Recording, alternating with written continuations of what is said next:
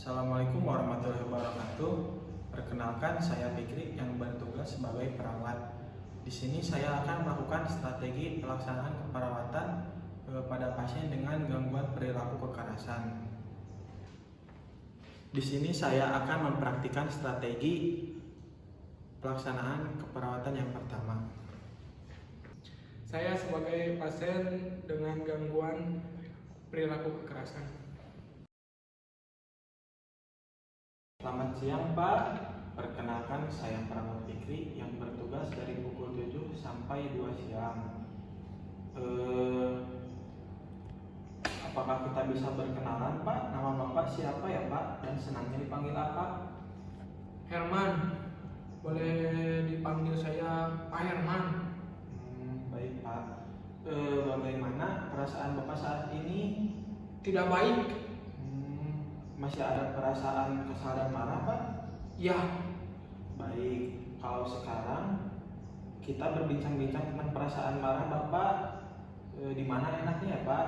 Kita untuk enaknya berbincang-bincang, bagaimana kalau di ruang tamu Pak? Ya, gak mau, di sini aja. Oh iya, baik Pak. Berapa lama Bapak mau berbincang-bincang Pak? Apakah bagaimana kalau 20 menit? Oh.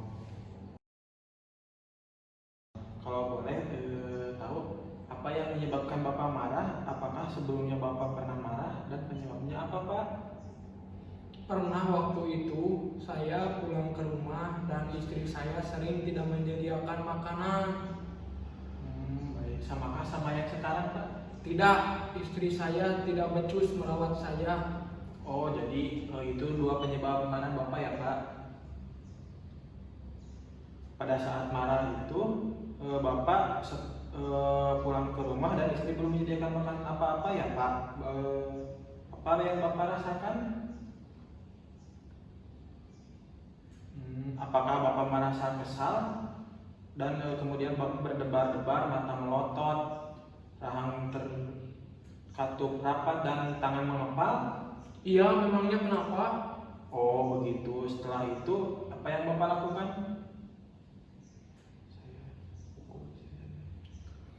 Oh, saya pukul istri saya dan saya melempar piring, semua barang-barang yang ada di rumah saya lempar. Oh, dengan cara Bapak memukul istri Bapak dan melempar piring-piring tersebut, apakah membuat makanan menjadi terhilang Pak?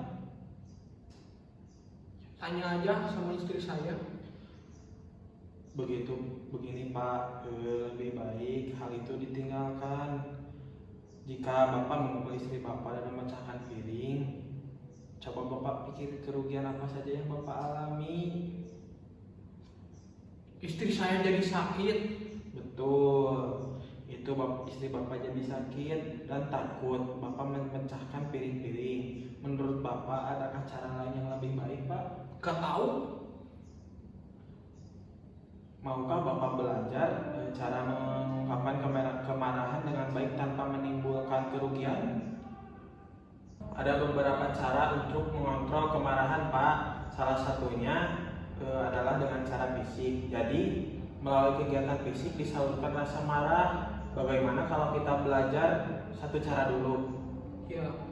Begini Pak, kalau tanda-tanda marah itu sudah Bapak rasakan, maka Bapak berdiri, lalu Bapak tarik nafas dari hidung, tahan sebentar, lalu hembuskan melalui mulut Pak.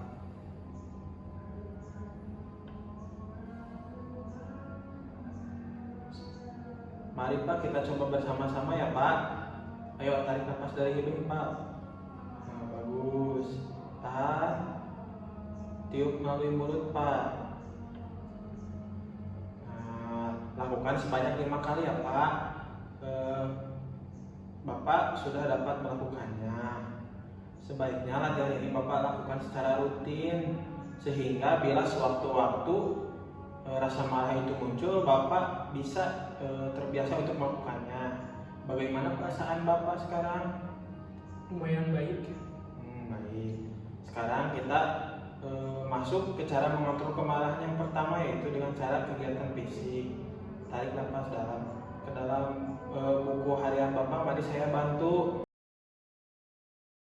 Nah, bagaimana perasaan Bapak setelah berbincang-bincang tentang kemarahan Pak? Biasa aja, tapi agak lega sedikit sih.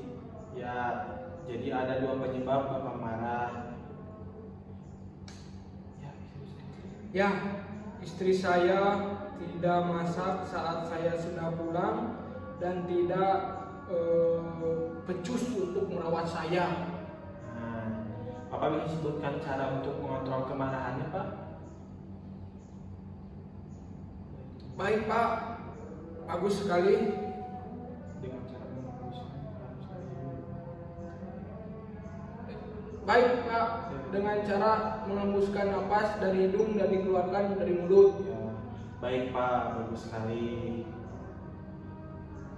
Sekarang kita buat jadwal latihan ya Pak. Berapa kali sehari Bapak mau latihan napas dalam Pak? Ya, kalau saya lagi marah aja. Baik. Bagaimana kalau besok kita melakukan evaluasi latihan napas dalam dan kegiatan yang kedua yaitu mencegah atau mengontrol marah Bapak dengan memukul kasur dan bantal. Bagaimana Bapak setuju? Ya, terserah. Baik. Besok kita latih cara untuk mencegah atau mengontrol marah ya Pak. Selamat pagi. Selamat pagi. Assalamualaikum warahmatullahi wabarakatuh. Perkenalkan, nama saya Iman Masluhaji. Saya sebagai perawat. Di sini saya akan melaksanakan strategi pelaksanaan tindakan keperawatan terhadap pasien dengan gangguan halusinasi. Saya yang bertugas sebagai pasien dengan gangguan halusinasi. Assalamualaikum Pak, selamat pagi. Perkenalkan, nama saya Iman Masluhaji. Saya dinas pagi dari pukul 7 hingga 2 siang nanti. Saya perawat yang akan merawat Bapak di rumah sakit ini. Kalau boleh tahu nama Bapak siapa? Tito. Tito. Dan enaknya dipanggil apa? Tito. Baik Bapak Tito.